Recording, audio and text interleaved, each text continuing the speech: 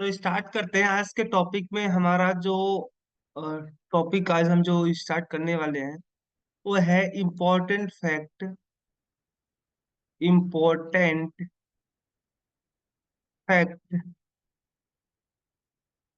Regarding regarding determination of order of reaction. Determination of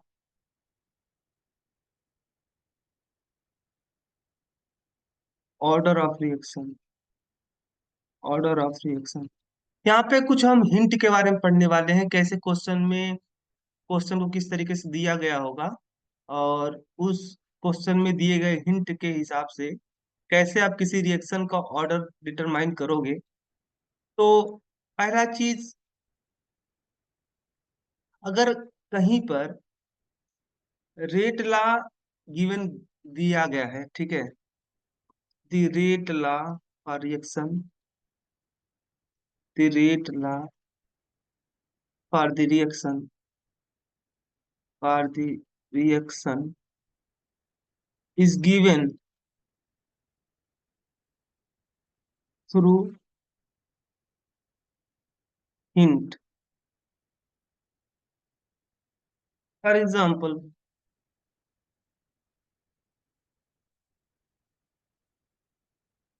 for example for the reaction,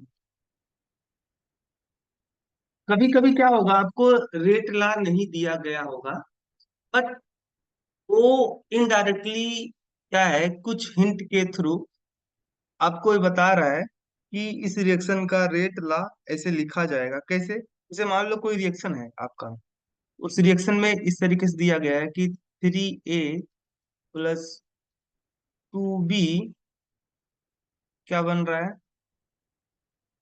product बन रहा है, ठीक है, प्रोडक्ट बन रहा है। मान लो ये कोई रिएक्शन दिया गया है। अब इस रिएक्शन का देखो, रेट ला तो नहीं दिया गया कि इस रिएक्शन का रेट ला क्या होगा, क्योंकि अगर रेट ला दिया गया होता इस रिएक्शन के लिए तो हमें इस रिएक्शन का ऑर्डर निकालने में ज्यादा समय नहीं लगता। ठीक है, रेट ला के रेट ला में इन्वॉल्व कंसंट्रेशन टर्म का पावर हम ऐड कर देते और हमें क्या मिल जाता, ऑर्डर मिल जाता इस रिएक्शन के लिए। बट यहाँ पे कुछ ना कुछ आपको हिंट दिया गया। अगर मान लो सपोज एक हिंट इस तरीके से दिया गया है, बताया गया है कि if it is mention that it is mentioned that rate law of reaction mention that rate law of the reaction suggest suggest that the reaction is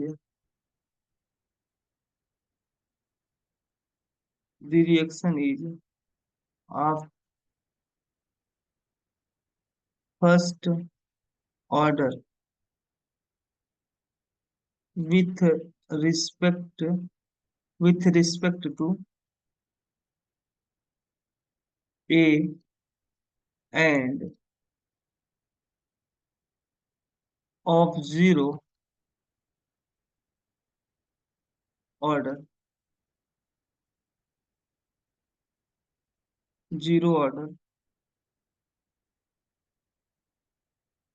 with respect to B, with respect to B। अब देखो, इस reaction के लिए rate ला तो नहीं दिया गया है, बट यहाँ पे कुछ हिंट दिया गया है। वहां से आप उस हिंट, दिए गए हिंट के हेल्प से इस रिएक्शन का ऑर्डर निकाल सकते हो। जैसे यहाँ पे क्या दिया गया है, अगर मान लो कि कहीं मेंशन किया गया है क्वेश्चन में कि जो रेट ला है ना, the reaction is of first order with respect to A, यानी ए के रिस्पेक्ट में इस रिएक्शन का ऑर्डर क्या है, 1 है। ए के रिस्पेक्ट में कितना ऑर्डर है, 1 है। और बी के रिस्पेक्ट में कितना है, 0 है। तो आप इसके लिए जब रेट ला लिखोगे तो आपको पता है कि किसी भी रिएक्शन का जो रेट होता है वह law of active mass action के हिसाब से क्या होता है, rate of any reaction are directly proportional to concentration of reactant. Reactant कौन है, ए है, और कौन है, बी है। अब इन कंसंट्रेशन टर्म के, रिएक्टेंट के कंसंट्रेशन टर्म के ऊपर कुछ ना कुछ पावर होगा। तो ए के ऊपर कितना पावर होगा, ए के ऊपर कितना पावर होगा, वह इस बात पे डिपेंड करेगा कि इस रिएक्शन का रेट ए के रिस्पेक्ट में किस तरीके से चेंज हो रहा है। तो यहाँ पे क्या दिया गया है कि ए के रिस्पेक्ट में इस रिएक्शन का ऑर्डर क्या है, वन है, यानी इसका पावर क्या होगा, यहाँ पे वन होगा। इस रिएक्शन का रेट जो है वो बी के रिस्पेक्ट में इस रिएक्शन का ऑर्डर बी के रिस्पेक्ट में कितना दिया गया, जीरो दिया गया। जीरो का मतलब ये हुआ कि इस रिएक्शन का जो रेट है वह बी के कंसंट्रेशन पे डिपेंड नहीं करता, यानी बी के पावर क्या हो जाएगा, यहाँ पे जीरो हो जाएगा। तो इसके लिए आप जब प्रोपोर्शनल साइन हटाओगे तो यहाँ पे कोई कांस्टेंट लगाओगे जिसे आप बोलोगे रेट कांस्टेंट। ए क्या हो जाएगा, ए हो जाएगा। देखो बी पे पावर जीरो का मतलब वन होता है, इसका मतलब क्या होता है, वन होता है। तो इसे आप हटा ही सकते हो। तो यहाँ पे क्या आपको मिलेगा, एक रेट ला एक्सप्रेशन मिलेगा, रेट ला एक्सप्रेशन मिलेगा। और इस एक्सप्रेशन, रेट ला एक्सप्रेशन से आप ये कैलकुलेट कर सकते हो रिएक्शन का ऑर्डर कितना है। तो रिएक्शन का ऑर्डर आप आराम से देख सकते हो कि क्योंकि इसमें कंसंट्रेशन टर्म जो इन्वॉल्व हुआ है उसका पावर कितना है, वन है, इसलिए रिएक्शन का ऑर्डर कितना होगा, वन होगा। ठीक है। तो वही बात है कि कभी कभी क्या होगा, आपको डायरेक्टली रेट ला एक्सप्रेशन नहीं दिया होगा, रेट ला एक्सप्रेशन दिया गया हो अगर होगा तो कोई दिक्कत ही नहीं होगा ऑर्डर निकालने में। बट अगर नहीं दिया गया है तो कुछ अदर हिंट के थ्रू आपको बताने का प्रयास कर रहा है कि आप यहाँ से इजिली किसी रिएक्शन के लिए रेट ला कैसे लिखोगे, जैसे यहाँ पे दिया गया था। दिया तो नहीं गया था रेट एक्सप्रेशन, बट यहाँ पे कुछ हिंट दे दिया गया था, उस हिंट के हेल्प से हमने क्या कैलकुलेट कर लिया, इस रिएक्शन का ऑर्डर। ठीक है। अब दूसरा सिचुएशन ऐसा बन सकता है कि आपको, देखो अगर बताया गया है कि when term excess excess is written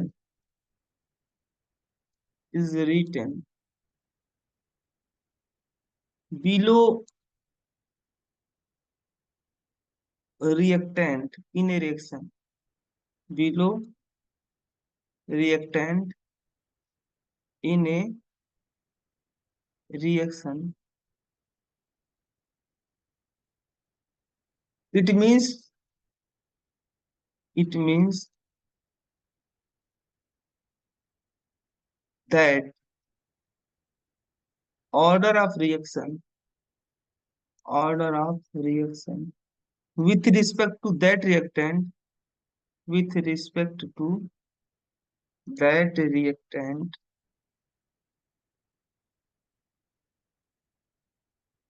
reactant is zero। ठीक है। जैसे मान लो कोई रिएक्शन दिया गया है इस तरीके का, कि इस रिएक्शन में बताया गया कि कोई रिएक्टेंट ए है जिसके 3 मोल और बी के 1 मोल आपस में रिएक्ट करके, बी के 1 मोल नहीं, अभी यहाँ पे मैं दिखाता हूँ कितना मोल है। देखो यहाँ पे दो रिएक्टेंट है A and B, A and B मिल करके क्या दे रहे हैं, कोई प्रोडक्ट दे रहे हैं। और मान लो कि यहाँ पे बी जो रिएक्टेंट है इसके नीचे लिख करके बता दिया जाता है कि ये भाई एक्सेस में है। क्या है, बी की क्वांटिटी कितनी है, एक्सेस में है, यानी बहुत ज्यादा। ए के रिस्पेक्ट में जो बी की क्वांटिटी है वो बहुत ज्यादा है। ठीक है। जब किसी टर्म के नीचे, किसी रिएक्टेंट के नीचे एक्सेस लिख दिया जाता है, इसका मतलब ये हुआ कि जिस रिएक्टेंट के नीचे एक्सेस लिखा गया है उससे पता चलता है कि उस रिएक्टेंट के रिस्पेक्ट में इस रिएक्शन का ऑर्डर क्या होगा, जीरो होगा। ठीक है। यहाँ पे लिखा गया है कि when term excess is written below the reactant in a reaction it means that order of reaction with respect to that reactant is zero। जब किसी रिएक्टेंट के नीचे एक्सेस लिख दिया जाता है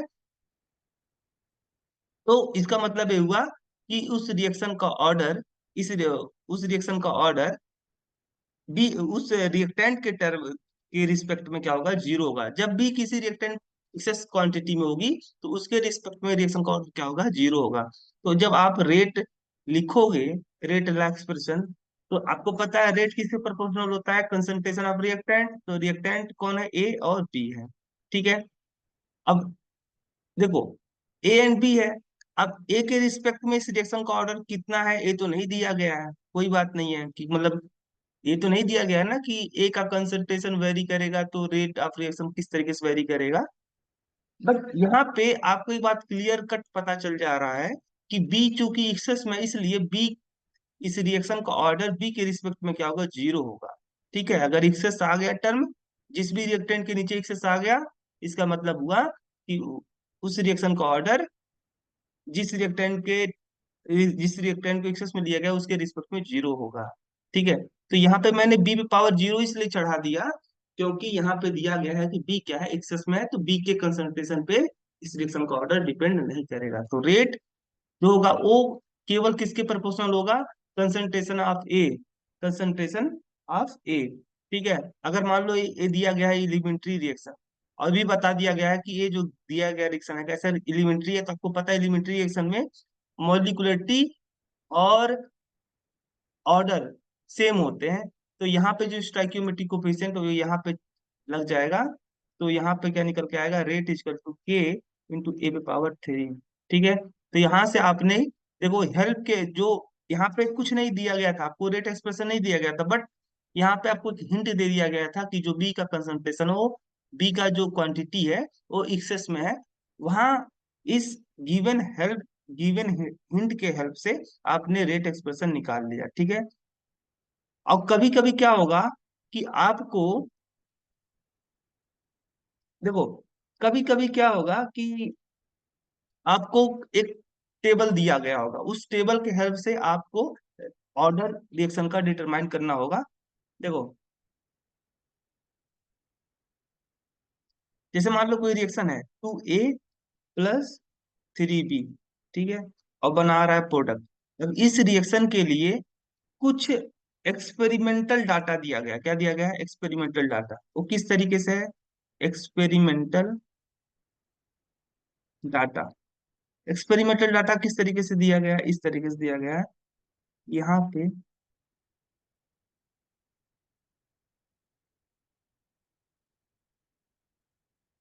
एक्सपेरिमेंटल डाटा दिया गया है।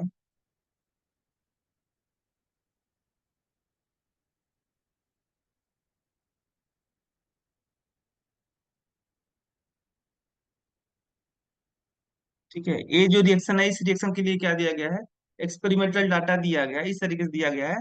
देखो, बताया गया कि ए का कंसंट्रेशन इन मोल पर लीटर, मोल पर लीटर, बी का कंसंट्रेशन, बी का कंसंट्रेशन इन मोल पर लीटर, और रेट भी दिया गया है। क्या दिया गया है, रेट भी दिया गया है, मोल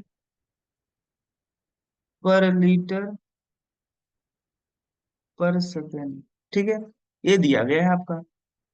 देखो, इस रिएक्शन के लिए एक्सपेरिमेंटल डाटा इस तरीके से दिया गया है। देखो, ये रिएक्शन है, इस रिएक्शन से पता चल रहा है कि reactant A and reactant B आपस में कंबाइन करके प्रोडक्ट बना रहे हैं। ठीक है। और ए का जब ए का कंसंट्रेशन, बी का कंसंट्रेशन, और यहाँ पे रेट दिया गया है। यहाँ पे डाटा इस तरीके से दिया गया है, टू टू टू 4 टू 2 4। ठीक है। अब यहाँ से पता चल रहा है इस एक्सपेरिमेंटल डाटा से कि जब ए का कंसंट्रेशन आपका 1 मोल पर लीटर था और बी का कंसंट्रेशन 2 मोल पर लीटर था, तो रिएक्शन का रेट क्या था, 2 था। कोई बात नहीं है। ठीक है। जब ए का कंसंट्रेशन 1 मोल पर लीटर था, बी का कंसंट्रेशन 2 मोल पर लीटर था, तब रिएक्शन का रेट क्या था, 2 मोल पर लीटर पर सेकेंड था। जब इस रिएक्शन के लिए ए का जो कंसंट्रेशन है वह चेंज करके एक से क्या कर दिया गया, 2 कर दिया गया, और बी का कंसंट्रेशन जो पहले था वही बाद में भी, यानी 2 ही मोल पर लीटर रखा गया। यानी ए वो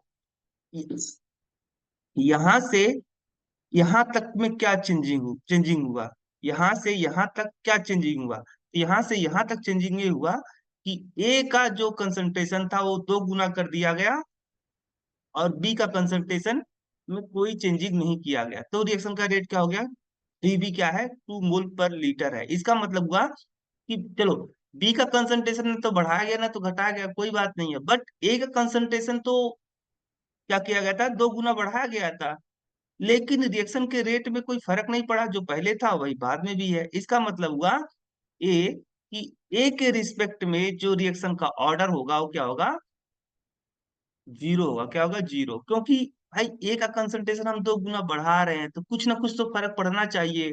ठीक है, कंसंट्रेशन वैसे बढ़ता है जनरली तो क्या होता है कि रिएक्शन का ऑर्डर, रिएक्शन का रेट जो होता है वो बढ़ जाता है, बट यहाँ पे इससे पता चल रहा है कि भाई ए का कंसंट्रेशन 2 गुना बढ़ा दी आपने, रिएक्शन का ऑर्डर, रिएक्शन का रेट बढ़ा ही नहीं। इसका मतलब हुआ कि ए का कंसंट्रेशन बढ़ाओ या घटाओ कोई फर्क ही नहीं पड़ता है। अब कोई फर्क नहीं पड़ेगा तो ए के रिस्पेक्ट में रिएक्शन का ऑर्डर क्या होगा, जीरो होगा। ठीक है, अब इस वाले इस वाले डाटा को इस वाले डाटा से कंपेयर करिए, इस वाले से। तो यहां से यहां तक आपने गया तो आपने ये देखा कि ए का कंसंट्रेशन में कोई चेंजिंग नहीं हो रहा है, पहले 2 मोल पर लीटर था ए का कंसंट्रेशन, बाद में भी 2 मोल पर लीटर है। बट यहाँ पे आपने देखा कि बी का कंसंट्रेशन 2 गुना आपने बढ़ा दिया, 2 से क्या कर दिया, 4 कर दिया। ए का ए का कंसंट्रेशन तो कांस्टेंट रखा, बी का कंसंट्रेशन आपने क्या किया, 2 गुना बढ़ाया। अब जब बी का कंसंट्रेशन 2 गुना आपने बढ़ा दिया तो रिएक्शन का रेट क्या हो गया, 2 गुना बढ़ गया, 2 से क्या हो गया, 4 हो गया। यानी इसका मतलब हुआ कि देखो बी का कंसंट्रेशन आपने 2 गुना बढ़ाया तो रेट क्या हो गया, 2 गुना बढ़ गया। इसका मतलब हुआ कि बी के रिस्पेक्ट में रिएक्शन का ऑर्डर क्या होगा, 1 होगा। कैसे होगा, अब देखो इसके लिए अगर मैं रेट ला लिखूंगा, रेट ला एक्सप्रेशन, तो रेट इक्वल टू क्या निकल के आएगा, के ए, ए पे पावर ए का ऑर्डर कितना है, ए का ऑर्डर कितना है,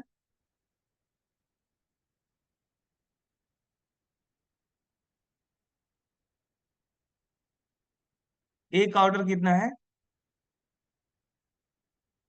जीरो है। ठीक है, ए के रिस्पेक्ट में रिएक्शन का ऑर्डर कितना है, जीरो है। बी के रिस्पेक्ट में कितना है,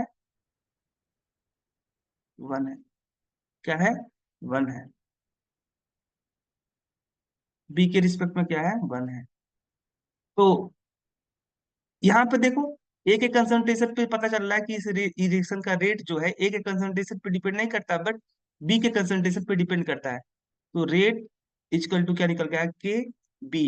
देखो इसका दो, अगर बी का कंसंट्रेशन 2 गुना कर दोगे तो रेट भी क्या हो जाएगा, रेट भी क्या हो जाएगा, 2 गुना हो जाएगा।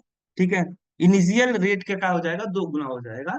तो इस तरीके से भी आप, आपको हिंट दिया गया जा सकता है, एक्सपेरिमेंटल दिया जा सकता है, वहां से आपको कैलकुलेट करना है कि रिएक्शन का ऑर्डर क्या होगा, ओवरऑल रिएक्शन का जो ऑर्डर होगा क्या होगा, 1 होगा। क्या होगा, 1 होगा। तो आज के लिए इतना ही रखते हैं।